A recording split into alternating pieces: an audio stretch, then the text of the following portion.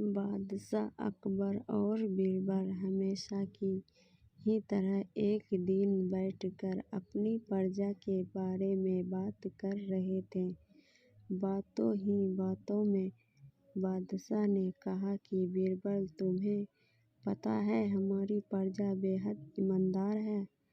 इसका जवाब बीरबल ने ये कहते हुए दिया कि बादशाह सलामत, किसी भी राज्य में लोग पूरी तरह से ईमानदार नहीं होते हैं, सारा जग ही बेईमान है। बादशाह को बीरबल की ये बात पसंद नहीं आई। उन्होंने पूछा, बीरबल, तुम ये कैसे बात कर रहे हो? बीरबल ने उत्तर दिया कि मैं एक कदम सत्य कह रहा हूँ।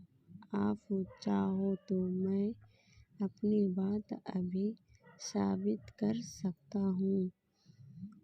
इतना आत्मविश्वास देखकर बादशाह बोले, ठीक है, जाओ, तुम अपनी बात को सच साबित करके दिखाओ। बादशाह अकबर से इजाज़त मिलते ही बीरबल पूरी प्रजा की बेईमानी बाहर लाने के लिए तकरीबन सोचने लगे। उसके मन में हुआ कि लोग खुलकर बेईमानी नहीं करते हैं, इसीलिए कुछ अलग करना होगा। यह सोचते ही उन्होंने पूरे राज्य में ये ऐलान कर दिया कि बादशाह एक बड़ा सा भोज रखना चाह रहे हैं। इसके लिए वे चाहते हैं कि पूरी जनता अपना योगदान दे।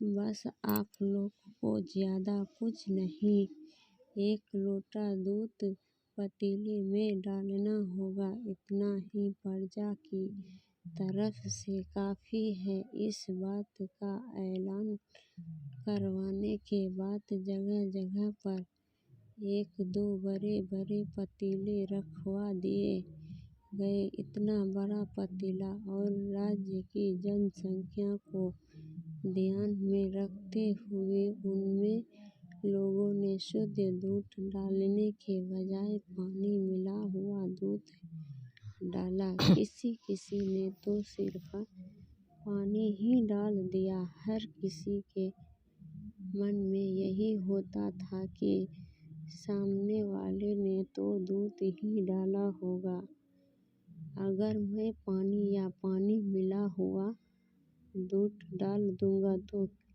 क्या ही हो जाएगा। शाम तक पतीले में दूध इकट्ठा हो गया।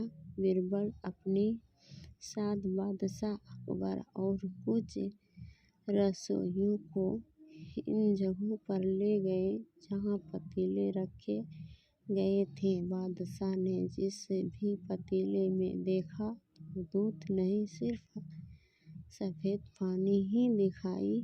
रसोई ने भी कहा कि महाराज, ये दूध नहीं है, ये सारा पानी है। इसमें मुश्किल से आधे से एक लोटा दूध होगा, जिसकी वजह से इसका रंग हल्का सफ़ेद है, वरना ये पानी से ज़्यादा कुछ नहीं। इन सारी चीज़ों को देखकर बादशाह अकबर हैरान हो गए। उनके मन में हुआ कि मैं तो सबको बेईमानदार समझता था, लेकिन बीरबल की ही बात सच निकली। उन्होंने बीरबल को कहा कि तुम ठीक हो कहते थे, मुझे हकीकत समझ आ गई है। इतना कहते हुए बादशाह बीरबल और रसोई वापस महल आ गए।